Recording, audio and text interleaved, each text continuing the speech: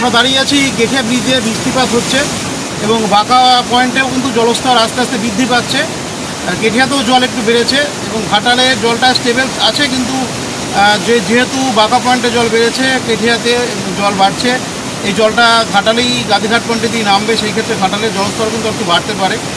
তবে উপরে যদি বৃষ্টি আর খুব বেশি না হয় তাহলে হয়তো খুব বেশি ভয়ের আশঙ্কা নেই, কিন্তু যেভাবে বৃষ্টিপাত হচ্ছে সব জায়গাতে, তাতে কিন্তু চিন্তার ভাঁজ আসলেও আসতে পারে। আগামী দুদিন আমাদের খুব সাবধানে থাকতে হবে, সবাই সাবধানে থাকবেন।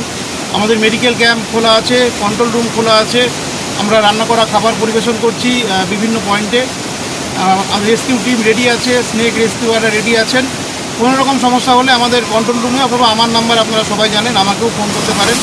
জরুরিকালীন পরিস্থিতিতে আমরা মানুষের পাশে আছি, মানুষের পাশে থাকবো। এই বন্যা আমাদের সবাইকে একসঙ্গে থেকে বন্যার বিরুদ্ধে লড়াই করতে হবে এবং যারা নিচু জায়গাতে আছেন রিলিফ সেন্টারে আসতে হলে অবশ্যই রিলিফ সেন্টারে আপনারা চলে আসবেন এবং আমরা পানীয় জল বিলি করছি। কোনো জায়গায় পানীয় জল প্রয়োজন হলে আমাদের জানাবেন, আমরা নৌকা করে বা ট্যাঙ্কারে করে বিভিন্ন স্ট্র্যাটেজিক পয়েন্টে পানীয় জল দিয়ে দেবো। আর নদী বাঁধগুলি আমাদের ইঞ্জিনিয়াররা সারা রাত ধরে দেখছেন, সেখানে যদি রিপেয়ারিং দরকার হয় সেটা করা হচ্ছে এবং যদি কোনো খবর থাকে আশঙ্কাজনক আপনারা যদি জানতে পারেন অবশ্যই আমাদের জানাবেন, আমরা আমাদের ইরিগেশন ইঞ্জিনিয়ারদেরকেও সেই খবর জানাবো। বন্যার সময় অযথা আতঙ্কিত হবেন না, সবাই সাবধানে থাকুন, সুরক্ষিত থাকুন। সাপে কামড়ালে হসপিটালে ভর্তি হবেন, সাপ দেখলে আমাদের খবর দেবেন। আর বাড়িতে যদি রোগী থাকে আমি বলবো হসপিটালে ভর্তি করে দিন।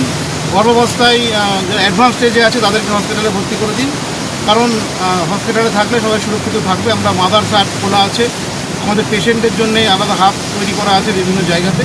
তো সবাইকে সাবধান করা হচ্ছে, সবাই সাবধানে থাকুন, সুরক্ষিত থাকুন এবং অযথা আতঙ্কিত হবেন না।